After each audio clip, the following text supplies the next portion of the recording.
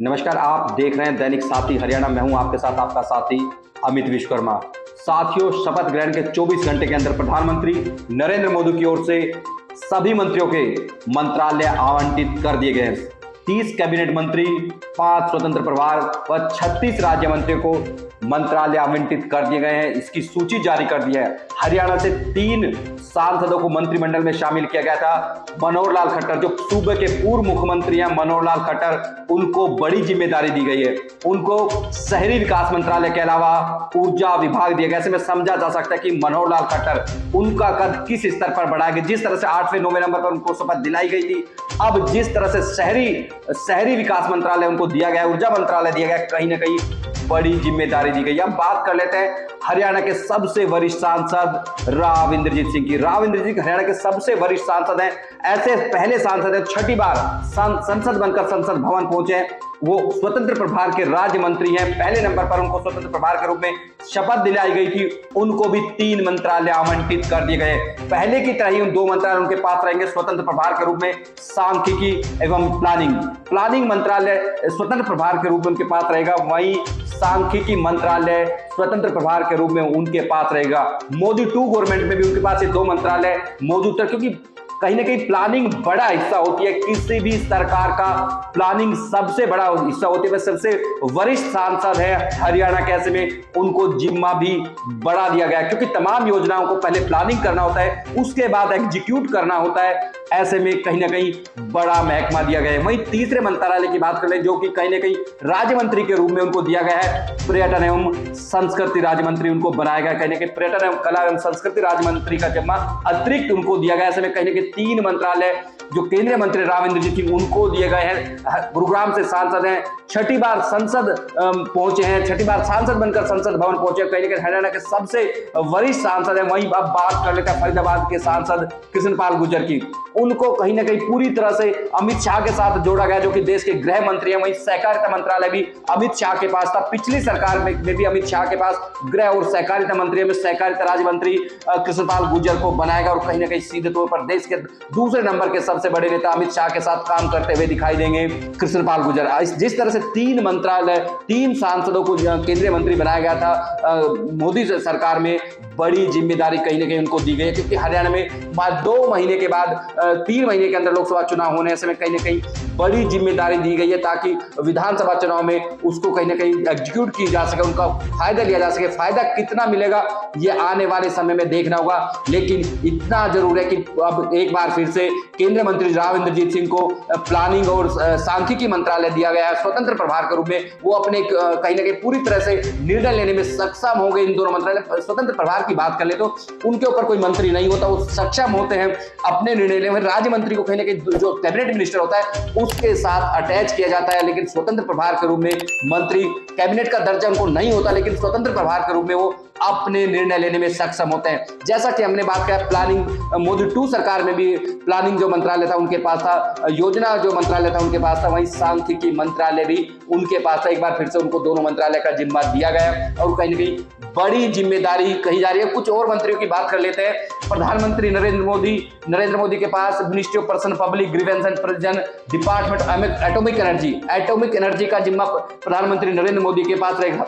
वहीं department of space, अंतरिक्ष का जो जिम्मा है वो उनके पास रहेगा। ऑल इंपोर्टेंट पॉलिसीज, जो कि पॉलिसीज इश्यूज होते हैं, वो सारे मंत्रालय प्रधानमंत्री नरेंद्र मोदी के पास रहेंगे। जो मंत्रालय आवंटित नहीं किए गए वो मंत्रालय भी कहीं ना कहीं प्रधानमंत्री के पास रहेंगे। बात कर लेते हैं राजनाथ सिंह को एक बार फिर से रक्षा मंत्रालय दिया गया है। अमित शाह को मिनिस्ट्री ऑफ होम अफेयर्स, गृह और सहकारिता मंत्रालय दिया गया। Nitin Gadkari ministry of road transport and highway, यूं कहें तो जो रोड ट्रांसपोर्ट हाईवे एक बार फिर से नितिन गडकरी को दे दिया गया है। जगत प्रकाश नड्डा, जो कि राष्ट्रीय अध्यक्ष हैं, उनको स्वास्थ्य मंत्रालय का जिम्मा दिया गया। इसके अलावा उनको एक बहुत महत्वपूर्ण मंत्रालय और दिया गया जिसमें केमिकल एंड फर्टिलाइजर्स, वो भी मंत्रालय जो जेपी नड्डा है उनको दिया गया। शिवराज सिंह चौहान, मध्य प्रदेश के पूर्व मुख्यमंत्री, मिनिस्टर ऑफ एग्रीकल्चर एग्रीकल्चर, कृषि मंत्रालय उनको दिया गया है, कृषि और ग्रामीण जो विकास मंत्रालय उनको दिया गया, एक बड़ा मंत्रालय करें कृषि और जो ग्रामीण विकास का जिम्मा करें शिवराज सिंह चौहान के दिए गए। निर्मला सीतारमण को एक बार फिर से जो फाइनेंस मिनिस्टर है, वित्त मंत्री उनको बनाया गया है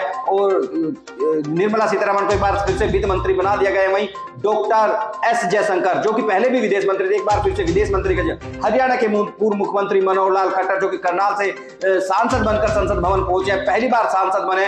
minister of housing and urban affairs and the ministry of power, ऊर्जा और शहरी विकास मंत्रालय उनको दिया, बड़ा जिम्मा कहीं ना कहीं मनोहर लाल खट्टर को दिया गया। Piyush Goyal minister of commerce and industry, उद्योग मंत्री बनाया गया पीयूष गोयल को। धर्मेंद्र प्रधान जो उड़ीसा से आते हैं, शिक्षा मंत्री, देश के शिक्षा मंत्री उनको बनाया गया। जीतन राम मांझी जो कि बिहार से आते हैं, मिनिस्टर ऑफ माइक्रो स्मॉल कहीं ना कहीं मध्यम लघु उद्योग का जो मंत्री उनको बनाया गया। राजीव रंजन सिंह alias ललन सिंह जो कि जेडीयू से आते हैं, बिहार से, मिनिस्टर ऑफ पंचायती राज का उनको मंत्री बनाया गया। वहीं Sarbananda Sonowal minister of ports shipping and welfare, doctor Virendra Kumar minister of social justice and empowerment, Shri किरापुर रामानायण Naidu minister of civil aviation जो कि सबसे युवा मंत्री हैं मोदी कैबिनेट में, के.आर. नायडू उनको मिनिस्ट्री ऑफ सिविल उड्डयन मंत्री का जिम्मा उनको दिया गया। प्रहलाद जोशी जो कि ministry of consumer affairs, food and public distribution and the ministry of new renewable energy का जो जिम्मा दिया गया प्रहलाद जोशी को दिया गया। वहीं पर जुएल ओराम को मिनिस्ट्री ऑफ ट्राइबल अफेयर्स बनाया गया। वहीं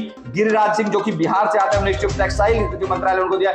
अश्वनी वैष्णव जो कि पूर्व की सरकार मोदी टू सरकार में केंद्र रेल मंत्री थे, एक बार फिर से उनको रेल मंत्रालय दिया गया। रेल मंत्रालय के अलावा उनको 2 और एक्स्ट्रा मंत्रालय दे दिए गए। मिनिस्ट्री ऑफ इंफॉर्मेशन, सूचना प्रसारण मंत्रालय उनको दिया गया। वहीं इलेक्ट्रॉनिक इंफॉर्मेशन, सूचना प्रौद्योगिकी का जो मंत्रालय वो भी उनको दिया गया है। ज्योतिरादित्य सिंधिया जो कि मध्य प्रदेश से आते, कांग्रेस छोड़कर भाजपा में शामिल हुए थे, मिनिस्टर ऑफ कम्युनिकेशन, सूचना प्रसारण मंत्रालय का मंत्रालय उनको दिया गया है। कहीं ना कहीं बड़ा मंत्रालय कह सकते हैं कि उनको दिया गया। वहीं भूपेंद्र यादव अलवर से पहली बार सांसद बने हैं, मोदी टू सरकार में पर्यावरण मंत्री थे, एक बार फिर से उनको पर्यावरण मंत्रालय दिया गया। पिछली सरकार में उनके पास जो श्रमिक मंत्रालय था वो भी था, इसके बाद ministry of permanent forest and climate मंत्रालय उनको दिया गया। कहीं ना कहीं कैबिनेट मंत्री के रूप में गुरुग्राम के जमालपुर के रहने वाले भूपेंद्र यादव लगातार हरियाणा से उनको मुख्यमंत्री बनाने की बात चली, भिवानी से और गुरुग्राम से चुनाव लड़ाने की बात भी सामने, लेकिन एक बार फिर उनको अलवर से कहीं ना कहीं मंत्री बना दिया, सांसद की लोकसभा की टिकट दे दी गई, यहाँ से संसद बनकर संसद भवन पहुंचे,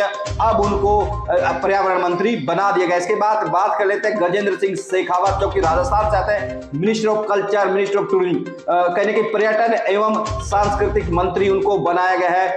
गजेंद्र सिंह शेखावत जो कि केंद्रीय मंत्री है, राव इंद्रजीत सिंह उनको भी राज्य मंत्री के रूप में इनके गजेंद्र सिंह शेखावत के साथ जोड़ा गया। वहीं अन्नपूर्णा देवी मिनिस्टर ऑफ वुमेन, महिला बाल विकास का मंत्रालय अन्नपूर्णा देवी को दिया गया। किरेन रिजिजू को मिनिस्टर ऑफ पार्लियामेंट्री अफेयर, जो कहीं ना कहीं पार्लियामेंट्री अफेयर का जो मिनिस्ट्री है वो किरेन रिजिजू को दी गई। हरदीप सिंह पुरी जो कि पिछली सरकार में शहरी विकास मंत्री थे, अब की बार उनको पेट्रोलियम एवं नेचुरल गैस मंत्रालय दिया गया। मनसुख मांडविया पिछली सरकार में कोरोना काल में कहीं ना कहीं उनका नाम सामने आया था, कहीं ना कहीं बेहतर काम करते हुए दिखाई देते बतौर स्वास्थ्य मंत्री, इस बार उनको minister of labour and employment, श्रमिक और रोजगार मंत्रालय उनको दिया गया। यूथ अफेयर्स और स्पोर्ट्स का मंत्रालय भी उनको दिया गया है। वहीं श्री किशन रेड्डी को मिनिस्ट्री ऑफ कोला मंत्री उनको बनाया गया है। वहीं श्री चिराग पासवान बिहार से आते हैं और कहीं ना 5 सांसद उनकी पार्टी के, उनको minister of food processing industry, minister of food processing industry उनको दी गई है। वहीं CR पटेल मिनिस्ट्री ऑफ जल शक्ति जो कि गजेंद्र सिंह शेखावत के पास पहले विभाग था, इसमें 30 जो सांसद थे उनको कैबिनेट मिनिस्टर बनाया गया था। और कहीं ना कहीं भाजपा की ओर से खास बात यह कि जो महत्वपूर्ण विभाग थे, महत्वपूर्ण मंत्रालय थे, अपने पास रखे गए हैं। ऐसे में कहीं ना कहीं जो मोदी 3.0 सरकार है उसमें तमाम महत्वपूर्ण जो विभाग थे, रक्षा की बात कर ले या फिर विदेश की बात कर ले, तमाम ऐसे जो मंत्रालय थे वो अपने पास रखे। लेकिन सबसे बड़ी बात हरियाणा की बात कर ले, जो प्रदेश के पूर्व मुख्यमंत्री है मनोहर लाल खट्टर, करनाल से चुनकर पहुंचे हैं, पहली बार सांसद बने, उनको ऊर्जा के साथ शहरी विकास मंत्रालय, बड़ा मंत्रालय दिया गया। वहीं जो केंद्रीय मंत्री राव इंद्रजीत सिंह जो गुरुग्राम से 6ठी बार सांसद बनकर संसद भवन पहुंचे, हरियाणा के सबसे वरिष्ठ सांसद है, उनको प्लानिंग और स्टैटिक्स मतलब सांख्यिकी और योजना जो मंत्रालय होता है स्वतंत्र प्रभार के रूप में दिया गया। वही जो अब की बार तीसरा एक और मंत्रालय दिया गया राज्य मंत्री के रूप में पर्यटन एवं संस्कृति मंत्रालय। ऐसे में अब देखना होगा किस तरह से एक बार, क्योंकि जिस तरह से लगातार मोदी की ओर से कहा जा रहा है कि शपथ के बाद तमाम मंत्रियों को 24 घंटे दिल्ली के अंदर रहने से में विभाग आवंटित कर दिए गए और तमाम मंत्रियों को कह दिया गया कि तत्परता से कार्रवाई करें, क्योंकि हरियाणा में विधानसभा चुनाव में सरकार को जाना कहीं ना कहीं बेहद महत्वपूर्ण है कि सरकार को कितना लाभ मिल पाएगा। नमस्कार।